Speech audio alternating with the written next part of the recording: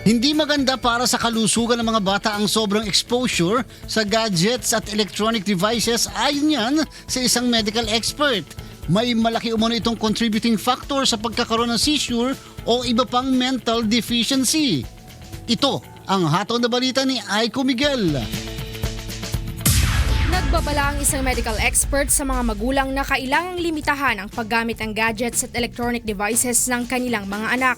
Ayon sa neuropsychiatrist na si Dr. Tan Cho Chong, kabilang ang mga ito sa contributing factors ng pagkakaroon ng seizure ng mga kabataan. I think it is true, kasi yung mga with epilepsy, whether it's a partial or generalized seizure, kasi yung gadget yung picture, yung movie, nag-iiba yung color in a way, parang flashes of lights, And yung flashes of light in color will stimulate the brain.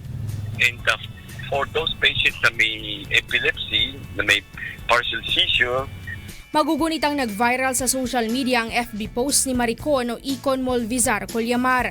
Noong June 27, nakita na lang niya ang kanyang anak na si Mikaela na nangingisay sa sahig. Hindi na maigalaw ang kaliwang braso. Tabingi ang kanang bahagi ng bibig at bulol na magsalita. Sumailalim ito sa medical test at batay sa obserbasyon ng isang neuropedia, focal seizure ang nangyari sa bata. Kadalasan umano itong nakukuha sa sobrang paggamit ng gadgets, panonood ng TV at maging ng paggamit ng computer. Ang cellphone may kasama ng internet, cellphone also has radiation. The penetration of the radiation into the brain will be too strong for young children. Kung may ganitong history of seizure, number one, try to avoid.